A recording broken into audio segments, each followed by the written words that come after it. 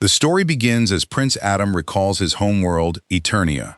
On Eternia, that impossible magic is real. It brims with griffins, dragons, and talking tigers.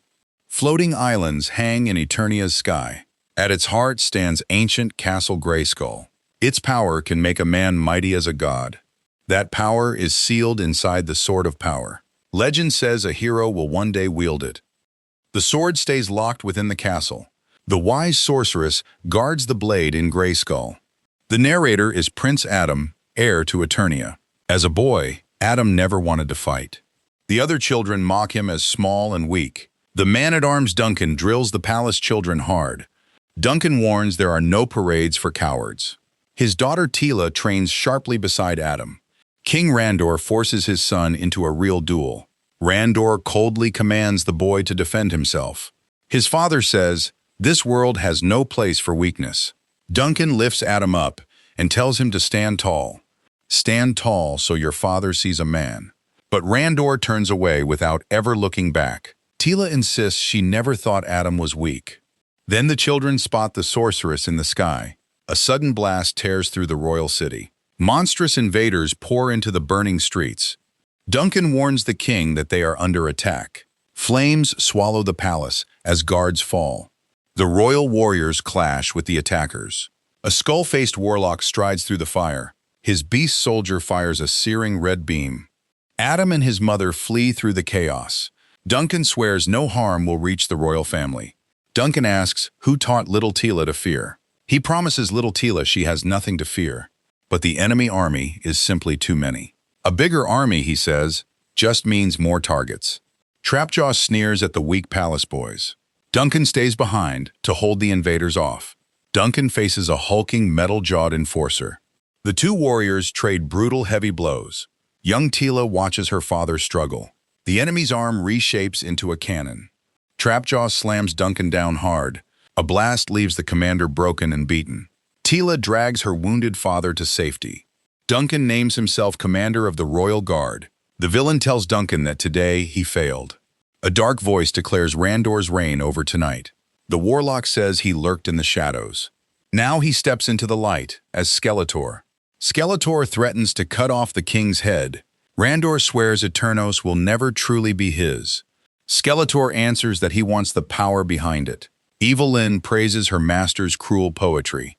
Evil Lyn orders the captured king taken away. Queen Marlena fears Grayskull is about to fall. The sorceress insists Grayskull will endure. The sorceress calls the boy to bring the sword. Adam clutches the sword at the glowing portal. The frightened boy is pulled toward the light. She says the sword must go somewhere far and safe. She opens a portal to Marlena's home, Earth. Marlena tells Adam to stay safe and remember home. Skeletor arrives, demanding the sword for himself. He strikes the queen down before Adam. She begs him never to lose the sword. The sorceress screams for the boy to go. He tumbles through space and loses the sword. The crying child falls alone into the void. The tale ends. Adam is grown up on Earth. His date recoils at the mention of Skeletor. She decides he is insane and quickly leaves. He explains the sword is only a vessel. Adam admits he lost the sword that terrible night. He believes finding it will send him home. At home, his roommate Hussein finds him crushed. Hussein reminds Adam how crazy his stories sound. Hussein mocks the disappointment of Adam's father. He thinks Adam invented Eternia to hide old trauma. He urges Adam to finally just stop being weird. Hussein says maybe his purpose is normalcy. Adam sits numb at his dull office desk. As a boy, he drew his favorite heroes. He keeps every childhood drawing on his wall. One old sketch shows a rugged ram-headed hero. Another shows his royal family together. He has grown up lonely inside this room. Strangers chant a hollow self-help mantra. Adam pleads for truth listening over truth talking. A stranger tells Adam to get behind himself. Back yourself and nothing can stop you. His boss, Susie, questions his future at the company. Susie admits people genuinely like Adam. She warns his sword obsession is costing his job. She threatens to fire him if he continues. Adam insists he is nothing without that sword. She asks if he will finally live in reality. She warns that leaving means losing everything. A stranger texts him to meet inside a store. Adam reaches a cluttered comic book shop. He asks a stranger if he is the one. He whispers, asking a shopper for his sword. He has loudly asked everyone about a sword. The sword of power sits within a statue. The contact says this is as far he goes. Adam strains to wrench the blade free. He grabs the sword and bolts outside. He declares he is taking the sword, not buying it. He promises to vanish in a burst of light. He shouts the magic words to go home. But nothing happens and he looks insane again. He flees past a startled shop clerk. That night he begs the sword to work. He collapses asleep, still holding the blade. By morning, police arrest him for the theft. 2 officers tease him about the strange sword. 2 officers drive him across a city bridge. Suddenly traffic halts and people flee in panic. Adam breaks free as the officers run. He smashes the police window to escape. He runs among the stalled, abandoned cars. A furry beast rips the wreckage apart. The monster hunts the lost sword's signal. The blade lies exposed on the open road. A warrior woman drops in fighting the beast. The rescuer is grown-up Teela. The beast hurls Adam hard across the cars. Teela battles the creature to buy them time. She rushes Adam toward her hidden ship. Adam asks about the monster. She reveals the beast wants the sword, not Adam. She is stunned. It has been 15 lost years. Teela counts down and tells him to jump. He asks where on earth they are going. She orders the ship to get them out. Her ship folds space and carries them off. She tells him Skeletor took his parents that night. Adam is desperate to finally see his home. But arriving, he finds Eternos in ruins. Skeletor took the throne just to deny everyone. Teela says Skeletor is simply evil. Adam senses there is more to it. Teela warns it is too dangerous in the open. Deep in his lair, Skeletor wakes. He torments a trembling pig-faced servant. Evil Lyn reports the beast has returned. Beastman admits Teela took the sword. Skeletor realizes the sword is now on Eternia. He roars for his minions to bring it. Skeletor claims to be a worthy ruler. Evil Lyn notes he killed thousands to prove it. Without the sword, he fears he is nothing. He confesses his power stays only temporary. He is a devil, but means to be a god. Teela leads Adam to the hidden royal guard. A spy already tracks the sword's location. She names Adam the long-lost son of Randor. The warriors refuse to believe this awkward man. Adam recognizes the hulking ram man at once. The warriors call this stranger an imposter. He greets another warrior he calls Fisto. The childhood names he gave them all stuck. The warrior insists he does not fist people. Ram Man snatches the sword to test him. Adam recognizes Diane from his school days. Roboto dryly calls herself a glorified maid. Adam spots a deadly Class 4 battle bot. Adam invites the service bot to join as a soldier. Roboto agrees, on her own snarky terms. Teela refuses to leave a passed-out drunk behind. The drunk turns out to be her father, Duncan. Adam reminds Duncan he once trained him.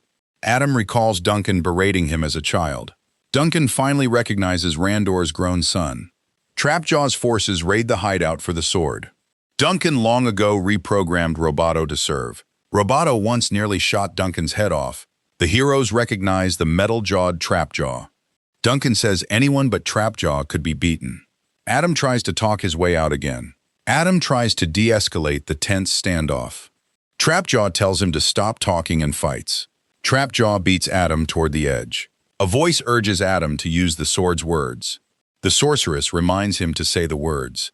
He shouts, "By the power of Grayskull." Blinding energy erupts from the ancient sword. The power reshapes Adam into a mighty champion. He roars that he has the power at last.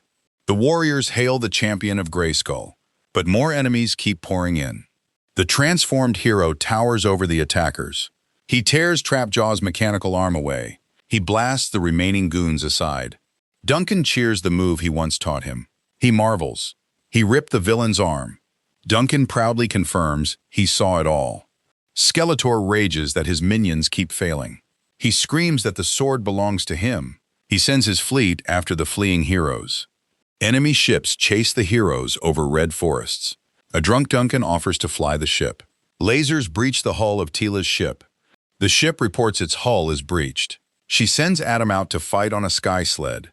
Adam launches out to battle in the air. He leaps and screams between the racing ships. He grabs an enemy craft, hurling it away. Teela fears they will not survive the chase.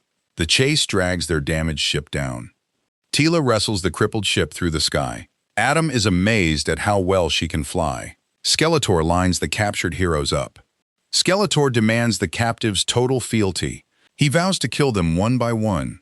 He demands the name of the sword-bearing warrior. He drags out a captive called Mossman. Mossman refuses to beg and is killed. He gleefully calls the murdered warrior Mulch. Fisto breaks and names the young prince. He reveals the prince returned from the dead. Teela leaves to search the woods for Adam. Duncan quietly opens a hidden box of gear. Alone, Adam asks the darkness who he is. The sorceress names him the champion of Grayskull. Adam walks the glowing forest, unhurt and changed. Teela thinks Adam scared off the sorceress. Duncan admits his old self is buried inside. Duncan cracks open a flask to celebrate surviving. He wants to celebrate the small victories. Teela snaps that he has celebrated for 15 years. Duncan argues a real man protects his family. He says a man stands up when he is needed. He admits Adam did well in the fight. Teela smiles to see the old Duncan return. Later, Teela asks how being mighty feels. She tells Adam she really missed him. Adam hopes the moment is turning romantic, but she calls him only a dear friend. She says nothing will ever change that. Skeletor projects himself over their camp. He mocks the prodigal prince for returning. He offers a deal to meet at Snake Mountain. He claims Adam's parents are still alive. Otherwise, he warns, they will die horribly. Skeletor imagines Adam a happy family again. Teela insists the offer is clearly a trap. Teela warns Skeletor would be unstoppable. Adam vows to kill Skeletor with the sword. She reminds him he is only a man. He says Skeletor took his family from him. Adam vows to go with them or without them. Duncan and the heroes stand with Adam. The heroes cross barren wastes toward the skull. A falcon leads them toward Snake Mountain. The skull-shaped fortress looms over the wastes. The heroes hesitate before the fortress doors. Adam announces himself at the gate. The Guardian orders Adam to surrender. He agrees to give the sword to Skeletor alone. The guards drag Adam towards Skeletor. The rest are marched off to the dungeons. A horned Guardian confronts him at the door. Skeletor greets Adam beside a broken King Randor. Skeletor offers the pair a cruel private moment. Skeletor demands the sword at once. Adam demands his father be released first. Skeletor smiles and admits that he cheats. He-Man is marched into the burning throne hall. Father and son see each other after years. A monstrous horde surges into the throne room. Adam fights through snarling beasts. Teela battles Evelyn across the hall. Beasts and heroes collide across the chamber. Adam cuts down the Horn Gate Guardian. He fights his way toward his captured father. Evelyn's blue magic locks Adam in place. Evelyn chants a spell to freeze Adam. Skeletor gloats that the prince is frozen. Skeletor asks the king to watch his son suffer. He offers to slay Randor with Adam's own sword. Adam breaks the spell, but too late. In the chaos, King Randor is killed. Randor dies proud in his son's arms. The dying king asks to see his son. Randor says his son took his time but returned. Adam says he is no longer that weak boy. Randor confesses he pushed him only to protect him. Randor grieves the words he never said. He wishes he had simply let Adam be himself. Adam begs his father to hold on longer. Skeletor declares that they both submit. The heroes are dragged away as prisoners. Grief drains Adam, and he changes back. He and his mother mourn Randor together. Adam whispers that his father is gone. Skeletor seizes the sword to be reborn. Skeletor shouts the words, but nothing works. Skeletor asks if he mangled the magic words. He turns furiously on Evelyn for answers. She promises a ritual at Grayskull's altar. He orders his ship prepared at once. Duncan gently asks if Adam wants to talk. Duncan admits he knows how failure feels. He confesses he failed everyone he swore to protect. Duncan swore to protect them and could not. In the dungeon, Adam sits crushed by loss. He repeats the old lesson, get up, stand tall. Duncan suggests they both stand tall together. Adam reunites with his tiger, Cringer. The heroes of Eternia are gathered together. Teela asks Adam if he is truly all right. Adam calls the prisoners together for a plan. The skeptical warriors ask who this man is. He says success comes from people working together. He proves he knows every one of them. He names Ram Man, Fisto, and Mechanic. He kept them all close to his heart. Eternia is his home, and he will fight. But he admits he cannot do it alone. Working alone, he says, brought them all here. Together, they will take back their home. The photanium bars seem impossible to break. He asks the strongmen how much they bench. Skeletor orders the women and children killed first. Duncan works to fix Roboto into battle mode. He jokes with her not to assassinate him. Roboto refuses to promise she will not kill him. On Adam's signal, they force the walls. The heroes brace at the dungeon bars. They smash through the crumbling stone. The choking dust leaves the heroes gasping. They fight toward the ships. The freed warriors storm the corridors. Teela sprints through the escaping crowd. Teela cuts down guards in the smoke. The heroes break out into daylight. Skeletor's forces are drawing near. Duncan and Roboto will hold them off. Duncan admits he is not sure he can win. Teela tells her father he is strong. Teela calls her father the man she admires. Cringer worries he should be wearing armor. Adam rides Cringer, now the armored battle cat. The heroes battle guards in the open square. Explosions scatter the enemy soldiers. The heroes race toward Castle Grayskull. He-Man charges out on the great battle cat. Skeletor vows to show real power now. Teela and Evil Lyn clash again. Evil Lyn admits Teela is her father's daughter. Duncan promises to blast the attackers apart. He swears they will not reach the castle. Duncan and Roboto save their last missile. Trapjaw destroys Roboto's body. Trapjaw corners Duncan and Roboto. Duncan boards his craft to face him. Duncan finishes Trapjaw as a new man. He cradles Roboto as she powers down. A dying Roboto muses on absurd existence. Skeletor shatters the sword with his staff. He-Man reaches Skeletor for the final duel. He chokes the life from the fallen hero. Skeletor sneers that the sword is worthless. Adam insists the sword's failure is impossible. He asks what Adam is without the blade. Skeletor says he never believed the barbarian act. Dying, Adam relives his lonely Earth life. His date asks what his home world was like. He remembers Eternia as beautiful beyond words. Skeletor's voice calls him a constant failure. Adam insists the demon broke his sword. He taunts that Adam will always be a failure. Skeletor sneers that Eternia is only a dream. Adam wakes, gasping in his Earth apartment. Adam tells Hussein he thinks he just died. Hussein jokes about dying before rent is due. The sorceress appears and orders him to rise. Adam asks how he can rise if he is dead. She tells him he still has the power. He protests that the sword is broken. She recites that the wielder holds the power. She says the power lives in him, not the sword. She reveals she chose him on purpose. In his hands it becomes understanding and humanity. She chose Adam to be the true vessel. Adam finally accepts that he is the vessel. He reforges the broken sword in his hands. Adam rises, ready and reborn. He shouts the words and reclaims the power. He-Man stands renewed and unstoppable. He offers Skeletor a chance to simply talk. He asks Skeletor to end the cycle of violence.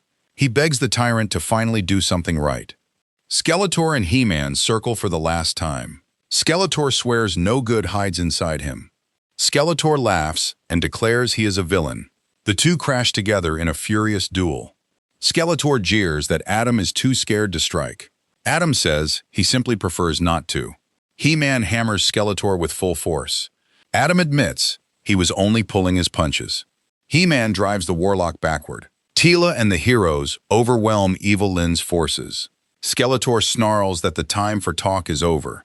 A final blast brings the tyrant down. The tyrant is finally broken and beaten.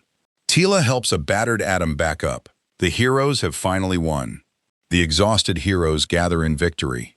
Queen Marlena stands crowned over healing Eternia. The heroes tease each other after the fight.